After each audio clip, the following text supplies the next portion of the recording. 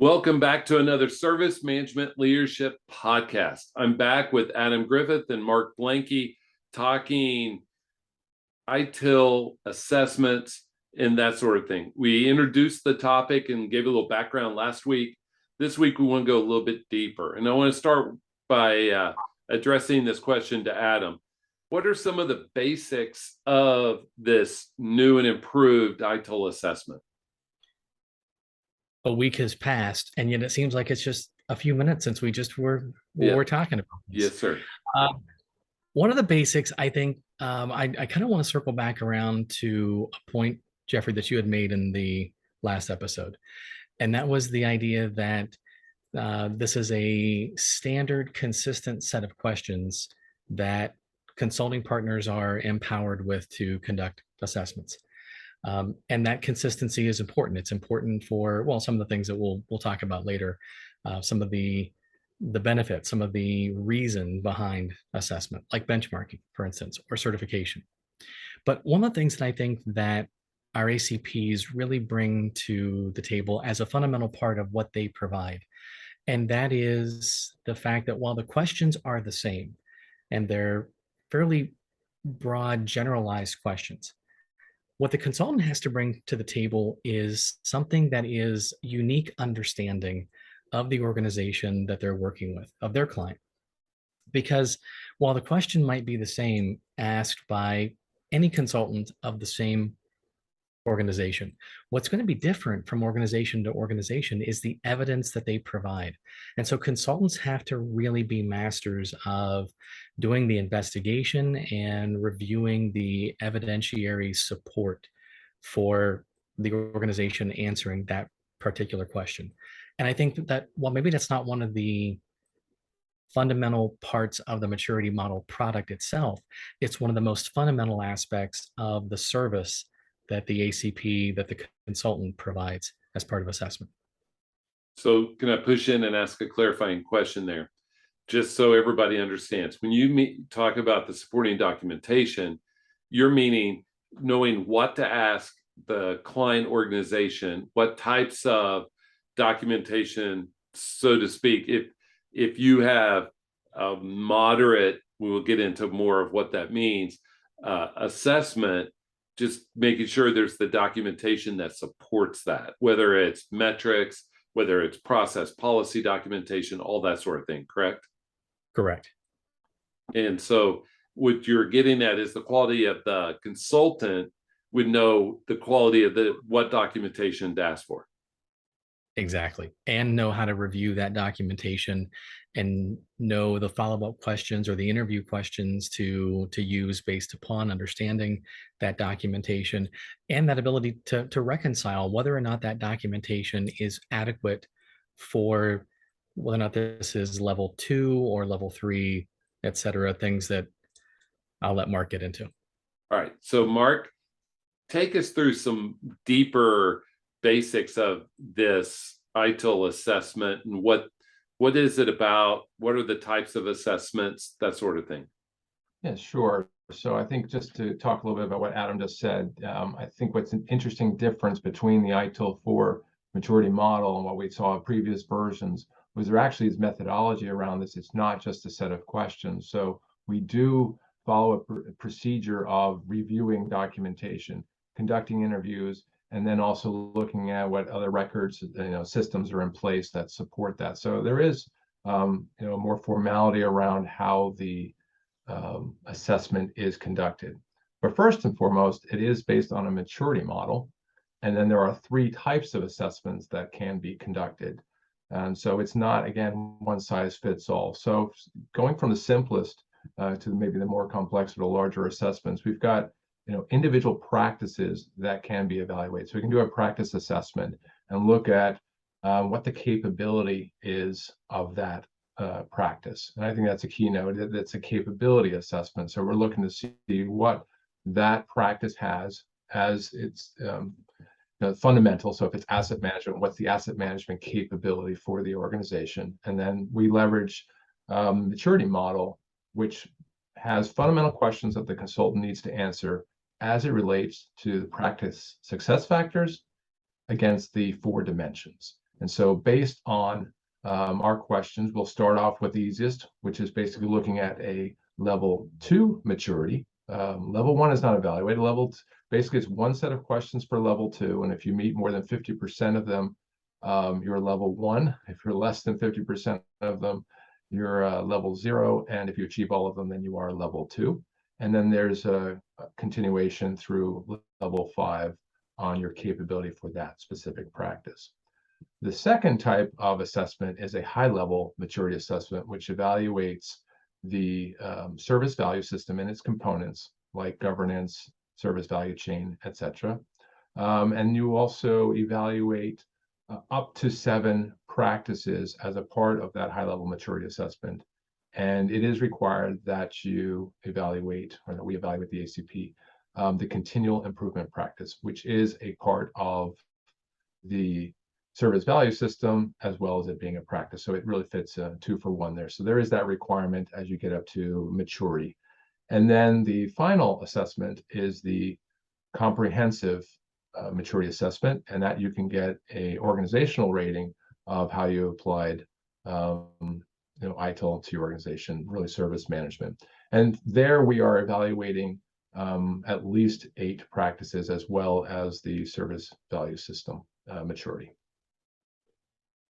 And so as the listeners are listening to this, just think about how much nuance every organization has and how much nuance the consultant has, even with the same questions.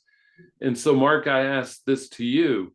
As we think about that, and it's the same question applied to each organization, does it get reconciled on the back end?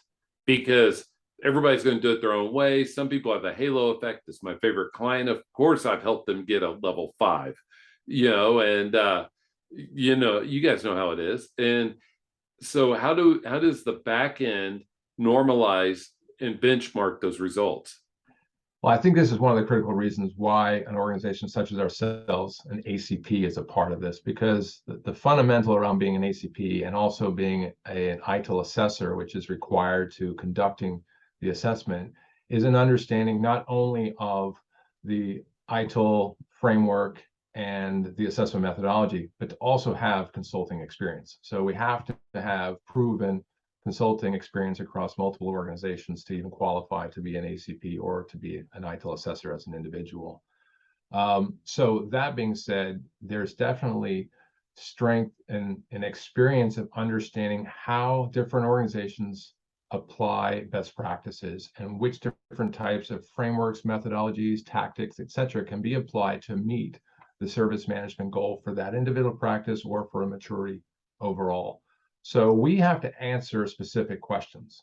And so to say that you have achieved the goal of that question for a specific practice or for the maturity of something like governance, we're going to go look at documentation and interpret that, as well as look at, talk to people, observe whether or not those practices are actually being followed, not just being documented.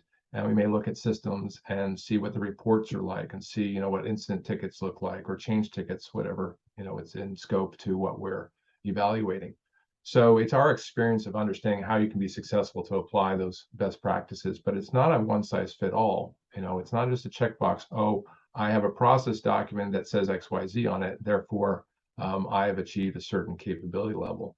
No, it's really trying to meet the objectives of that practice and having something in place which achieves that objective. And so, yeah, sometimes it's a little bit of an interpretation, but it's a broad enough question to be consistent to answer it. But you have to be a little bit more interpretive as a consultant to say, okay, does the organization have a valid approach to that or not? Even something like the guiding principles. The guiding principles are not absolute. It's not the 7 defined guiding principles of the ITIL framework. It's not the 9 from the previous practitioner. It's an understanding that there are guiding principles leveraged by the organization to make its decision making and to guide it through, the different parts of whatever practice that you're applying. So that's something where it's a little more tricky, but we can evaluate what are guiding principles for an organization and saying you do use this consistently or not to support your organization. Speaking of guiding principles, the start where you are is perfectly positioned for this assessment, because you have to, I call them GPS moments. You have to know where you are to be able to progress. And we'll end this with a question to Adam. When we think of all the questions and the nuance with the organizations, and some organization says, I'm a level 4, can they be a level 3 the next year? Certainly. Yeah, I think that earlier we were talking as kind of offline about continual improvement. And so there is effort. There are resources required to maintain a particular level of capability or maturity. And so, sure, an organization can slide backwards. Sometimes we even think that can an organization be worse a year later in some level of capability than they were the previous year? Sure, that's possible. But I think, again, this is where our consultants can really provide the granularity of understanding. Is it really the fact that the particular practice got worse, or that the organization got worse, or was there stagnation? Right? Status quo. Status quo is sliding backwards, even though we sometimes want to say that there's no net gain, there's no net loss. But what's changing are the organizational outcomes that are required, right? The needs of customers are constantly evolving and constantly changing. And so if an element of service management is not continuing to evolve with that at a bare minimum and just maintaining status quo, they're actually getting further away from what those necessary outcomes are. So sure, absolutely, an organization can slide backwards. One of the things that we can talk about in a later episode is what the length of time for reassessment might in fact be. And Mark's got the experience to back this up.